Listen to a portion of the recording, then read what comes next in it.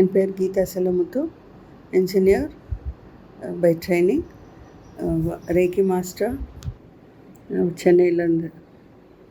இந்த கிளாஸ் வாஸ்து கிளாஸ் எனக்கு ரொம்ப ரொம்ப இன்ட்ரெஸ்டிங்காக இருந்தது. ஏன்னா குழந்தையிலேருந்தே எனக்கு இந்த வீடுங்கிறது ரொம்ப முக்கியமான விஷயமா இருந்தது. அது ஏன் தெரியல, சின்ன பிறந்தே எனக்கு அப்படி ஒரு ஆசை. நான் வளர்ந்தது ஒரு பெரிய ஹவுஸ். எங்கள் பாட்டியோட வீடு, பரம்பரை வீடு. அது செட்டிநாடு வீடு மாதிரி, நல்ல அழகான தேக்கு மரம் வேலைப்பாடோட ரொம்ப அழகாக இருக்கும் அந்த வீடு. நாங்கள் அந்த கம்பம் சுற்றி சுற்றி விளையாடுவோம், தொட்டியில் குச்சி குச்சி விளையாடுவோம். ரொம்ப ரொம்ப அழகான வீடு. ஆனால் அந்த வீடு இருந்தது ஒரு பஸார் ஏரியாவில்.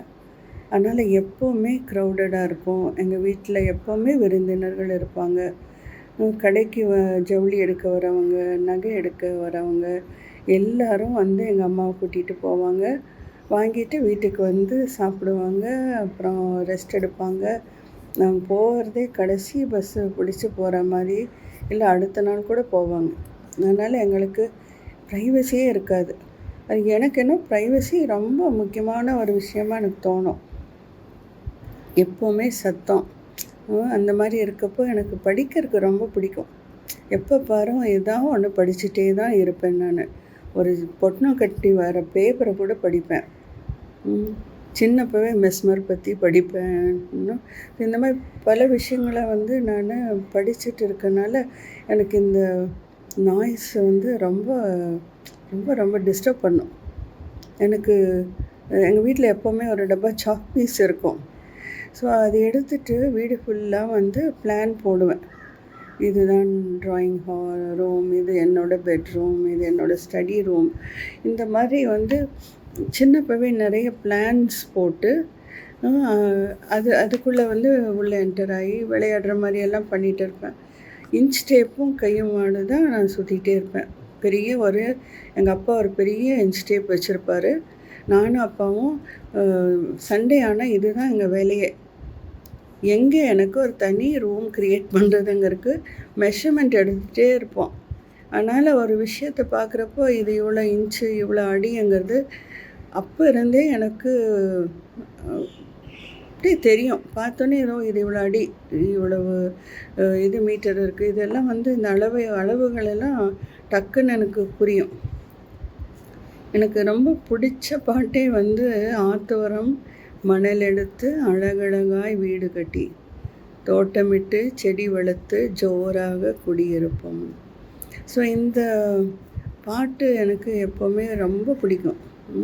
ஸோ வீடு கட்டணும், அது நல்ல தனி வீடாக இருக்கணும், சத்தம் இல்லாத இடத்துல இருக்கணும், அதில் எனக்குன்னு ஒரு ரூம் இருக்கணும், கபோர்ட் நிறையா புக்ஸ் வச்சுட்டு படிக்கணும்.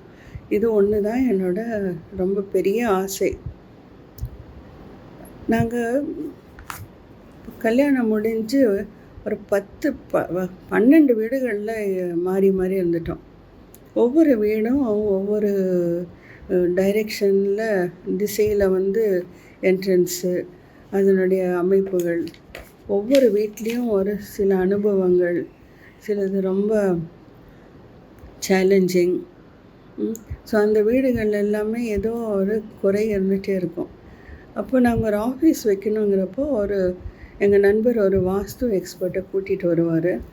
அவர் வந்து அப்படியே ஒரு பார்வை பார்த்துட்டு நோ அப்படின்னு சொல்லிவிட்டு வந்த விசிட்டுக்கு வந்து அந்த காலத்திலேயே இன்னும் 80s 5,000 அந்த மாதிரியெல்லாம் வாங்கிப்பார்.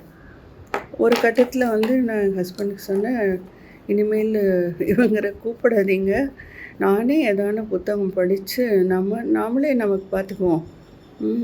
Weather it is right or wrong, நம்ம பண்ணுற தவறுகள் நாமளே பண்ணுவோம், இன்னொருத்தருக்கு பணம் கொடுத்து பண்ண வேண்டிய அவசியம் இல்லைன்ட்டு.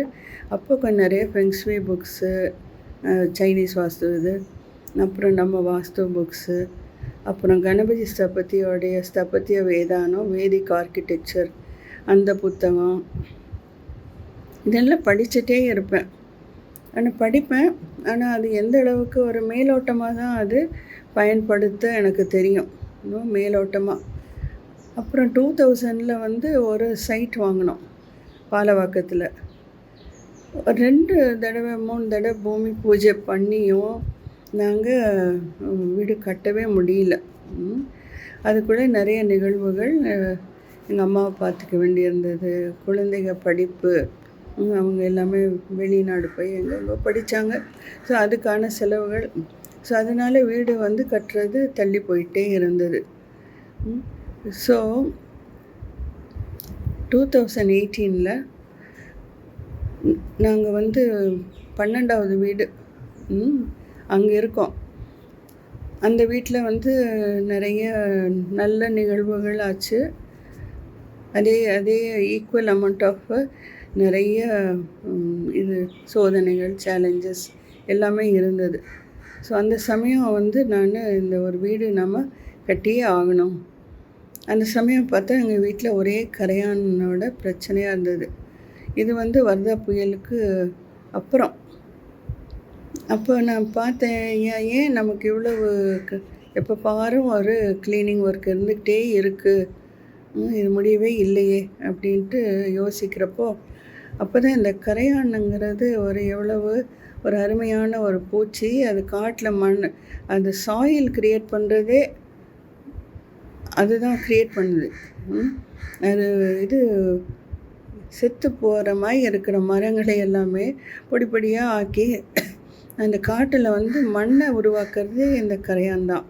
கரையான் இல்லையானா நம்ம இதில் சாயிலே கிடையாது. ஸோ இதுதான் நான் இந்த கரையான்கிட்ட கற்றுக்கிட்டது. அவங்க ஒரு அருமையான ஒரு பில்டர், ஆர்கிடெக்ட். அவங்க எனக்கு என்ன உணர்த்துறாங்க, நீயும் ஒரு வீடு கட்டிக்கோ, நீ போய் வீடு கட்டு, எங்களை மாதிரியே நீயும் வீடு கட்டுன்னு சொல்கிற மாதிரி இருந்தது. ஸோ அதனால் நான் உடனே வீடு கட்டணும்னு ஒரு முடிவு எடுத்து வீடு கட்டினேன். ஸோ அதில் மேக்ஸிமம் இது வரைக்கும் எனக்கு மேலோட்டமாக தெரிஞ்ச வாஸ்து இது பிரின்சிபல்ஸ் எல்லாம் வச்சு அதை அமைச்சிட்டேன்.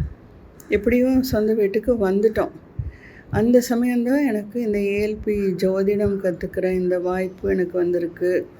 அதுக்கப்புறம் அது முடிஞ்சோடனே இந்த வாஸ்து வகுப்பு வந்தோடனே இது அப்படியே எனக்குள்ளே இருக்கிற இந்த விஷயங்களுக்கு அப்படியே ஒரு சிங்க் ஆயிடுச்சு. Like synchronise. நான் நினைக்கிறதும் நான் படிக்கிறதும் இது ரெண்டுமே அழகாக பொருந்தி வந்துடுச்சு. இன்ஃபேக்ட் ஏஎல்பி அஸ்ட்ராலஜி, இந்த ஏஎல்பி வாஸ்து படித்த பிறகு எனக்கு கொஞ்சம் அதிகமாக புரிய ஆரம்பிச்சிருச்சு. ஸோ ஏஎல்பி அட்வான்ஸ் படிக்கிறப்போ ஏஎல்பி பேசிக்கு நல்லா புரிஞ்சது. இப்போ வாஸ்து படிக்கிறப்போ ஏஎல்பி அட்வான்ஸ்டு எனக்கு இன்னும் கொஞ்சம் நல்லா புரிஞ்சது. அதுவும் இவர் சத்யநாராயணன் சார் கிளாஸ் எடுக்கிற விதம் யாருனாலையும் அந்த விஷயங்களை மறக்கவே முடியாது.